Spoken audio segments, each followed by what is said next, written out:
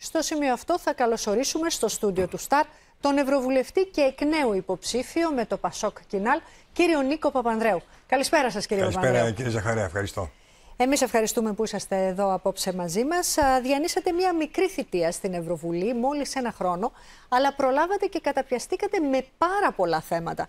Ένα από τα θέματα που φαίνεται ότι σας ενδιαφέρουν είναι αυτό των ανισοτήτων. Αν λοιπόν ο λαός σας δώσει την ψήφο του και πάλι, στις δημοσκοπήσεις τουλάχιστον φαίνεστε ότι θα είσαστε και πρώτος κιόλας από το Πασόκ, ποια είναι τα θέματα στα οποία θα δώσετε έμφαση? Πέραν των ανισοτήτων που μπορώ να το αναλύσω, πρωτίστως και ελπίζω να συμφωνήσουν και άλλοι 21 ευρωβουλευτές που θα έρθουν, πρέπει να δώσουμε μεγάλη σημασία στη Θεσσαλία που έχει καταστραφεί και θα έχουμε τους πρώτους κλιματικούς μετανάστες, αν θέλετε, πρόσφυγες, γιατί θα φύγουν από εκεί και θα φτάσουν Βρυξέλλες, Σουηδία, Γερμανία. Δεν το θέλουμε αυτό. Το δεύτερο είναι, γιατί έχω πάει γύρω-γύρω, που είναι κοντά σε αυτό, είναι η ανομβρία. Γιατί έτσι έχουμε μεγάλο πρόβλημα στη γεωργία, πάρα πολύ μεγάλο πρόβλημα. Για την ανισότητα, εμείς προτείνουμε αυτό το ταμείο ανάκαμψης να μοιραστεί και στους φτωχούς που δεν έχει πάει, στους μικρομεσαίους. Συν ένα καινούριο ταμείο πρέπει να προτείνουμε, που θα το έλεγα Ταμείο Κλιματικής Αλλαγής, που θα αντιδράσει στις επιπτώσεις της κλιματικής αλλαγής. Και τέλος, εκτός από τα κόκκινα δάνεια που το λένε σε όλη την Ελλάδα και το ελβετικό φράγκο, ένα άλλο είναι μια κοινή αμυντική πολιτική για να προστατευτούμε πιο καλά από την Τουρκία και να μειώσουμε και τα δικά μας αμυντικά έξοδα για να έχουμε μετά για τη μείωση των ανισοτήτων. Και μείωση των ανισοτήτων, μεταξύ άλλων, σημαίνει ότι η Προοδευτική Παράταξη έχει προτείνει ένα μεγάλο φόρο 15% στις μεγάλες εταιρείες με αυτή την τεράστια ανισότητα, Google, Microsoft, Apple και όλα αυτά που έχουν τα δις, και να ξαναπάει στο κράτος πρόνοιας, το οποίο το έχει ανάγκη η Ελλάδα. Άρα έχετε μπροστά σας μια πολύ μεγάλη ατζέντα. Έτσι. Και κάποιες προτεραιότητες. Η οικονομία είναι ένα βασικό θέμα που ενδιαφέρει τους πολίτες σε όλη την Ευρώπη και βεβαίως τους πολίτες στην Ελλάδα. Ο Πρωθυπουργός έκανε μια κίνηση να στείλει επιστολή στην Ursula von der Leyen για τις πολυεθνικές. Δεν ξέρω αν η Ευρώπη, αν οι Βρυξέλλες θα κάνουν κάτι για αυτό το θέμα, γιατί εδώ που τα λέμε θα μπορούσαν να το κάνουν και την προηγούμενη πενταετία και δεν είδαμε βήματα.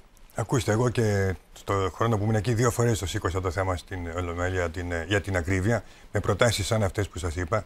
Το Ταμείο Ανάκαμψης, που έτσι πως χτίστηκε είναι για τους μεγάλους, για να πάνε γρήγορα η πράσινη μεγαλλαγή. Αυτή η πράσινη μετάβαση να πάει και στους μικρομεσαίους. Για παράδειγμα, το ρεύμα που είναι μεγάλο κομμάτι του εισοδήματος κάθε μήνα, με σωστή ενεργειακή κοινότητα, όπως το λέμε. Ο κάθε Δήμος μπορεί να δίνει τζάμπα ρεύμα σε 3.000 ή 4.000 οικογένειες. Όμως αυτό το ταμείο δεν ανοίγει σε αυτούς. Άρα πρέπει να γίνει. Τώρα δώσαν 2 δις για ξαφνικά το Ταμείο Ανάκαμψης πριν τις εκλογές, θα δώσει για τα νίκια. Ευχάριστο.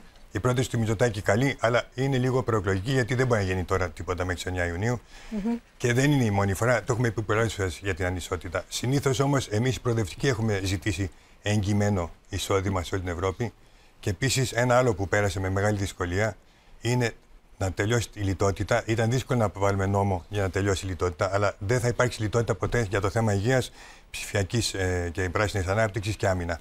Τουλάχιστον να σταματήσουμε τη λιτότητα, αν υπάρχει ανάγκη στο μέλλον στην Ευρώπη. Αυτό ήταν επιτυχία των προοδευτικών, που το πολέμησε η Γερμανία, αλλά οι αριθμοί βγήκαν έτσι. Τώρα, η κυβέρνηση έχει κατηγορήσει και τους βουλευτές του Πασόκ και τους βουλευτές του ΣΥΡΙΖΑ ότι είπαν ναι, ήταν θετικοί στο ψήφισμα του Ευρωκοινοβουλίου για το κράτος δικαίου στη χώρα μας και μάλιστα σας κατηγόρησε ότι συνηγορήσατε στην περικοπή κονδυλίων για την Ελλάδα. Όχι, το δεύτερο δεν είναι συνηγορή περικοπή κονδυλίων. Παράδειγμα, περικοπή κονδυλίων θα έρθει από τα 700 εκατομμύρια που πήγαν για την ασφάλεια των τρένων στα Τέμπη, που λέει η Ευρώπη πού πήγαν αυτά τα 700 εκατομμύρια που τα πήρε ο ΣΥΡΙΖΑ και η Νέα Δημοκρατία.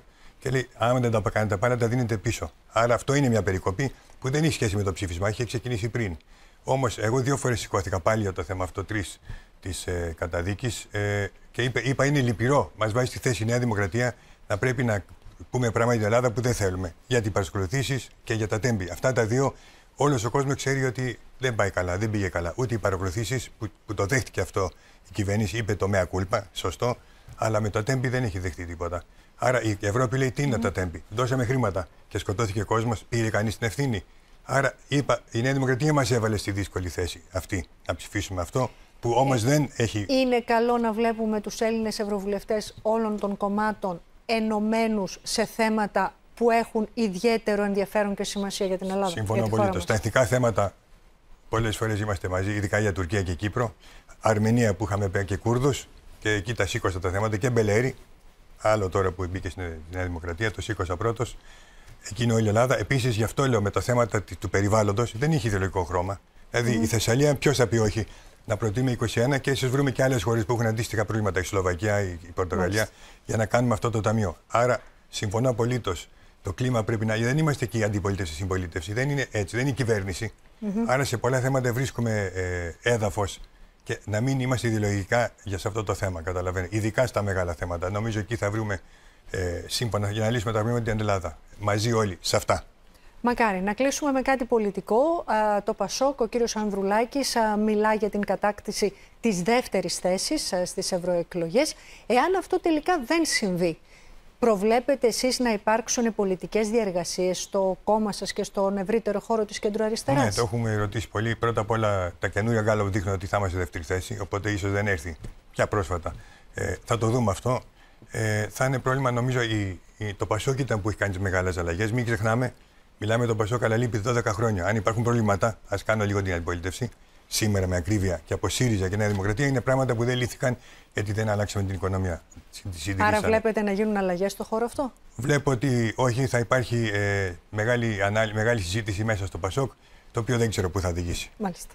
Σας ευχαριστώ πάρα πολύ, κύριε Παπανδρέου, για τη συνομιλία που είχαμε απόψε. Κύριε Ζαχαρέα, ευχαριστώ πολύ.